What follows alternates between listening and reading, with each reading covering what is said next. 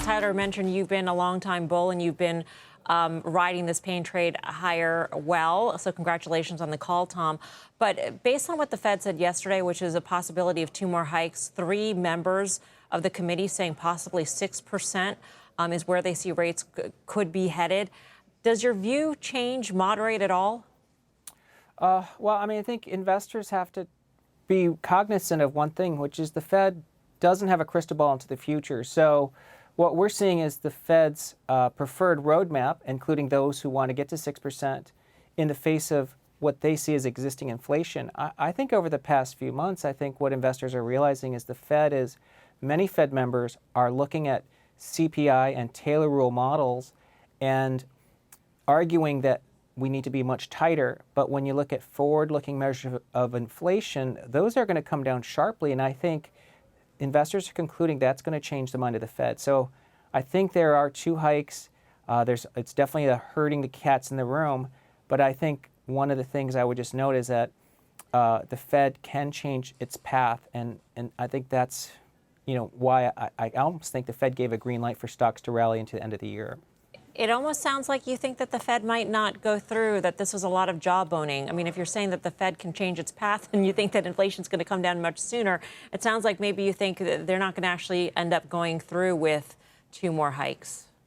Well, I mean, Melissa, yeah, there's a lot of reasons I think this. I mean, one, in November 2022, I don't know if you guys remember when someone had asked the Fed during the press conference about the stock market rallying, Powell visibly flinched and became uncomfortable, and then the tone of that meeting turned immediately hawkish.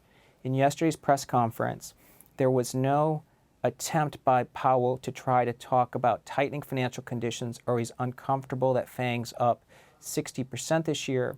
And I think the reason being is I think the Fed understands that stocks and economic resilience is not really causing the inflationary pressures. In fact, as we know, wage pressures are diminishing, and there are still some supply side issues, which you mentioned.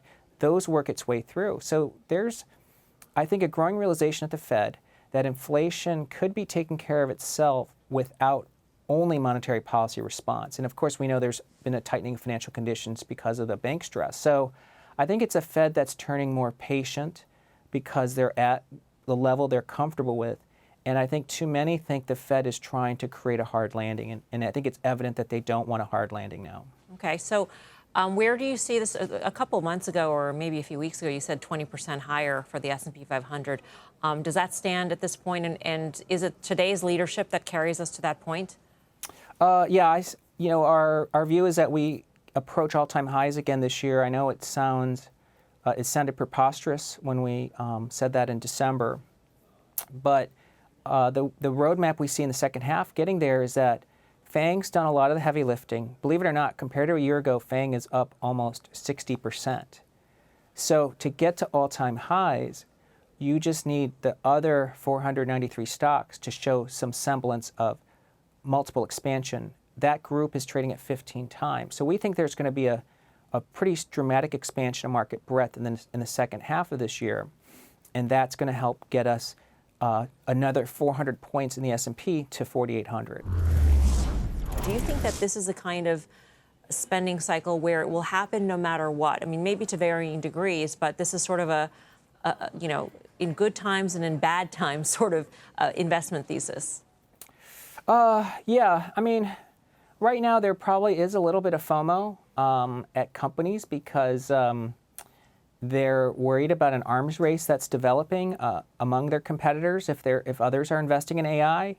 But eventually that is a zero-sum game in the sense that unless AI grows the end market for a business, it has to only be justified by saving cost. So I think you're in that phase where it's 1 + 1 = 3 spending, but eventually it has to be subtractive to spending, otherwise it's not going to create value.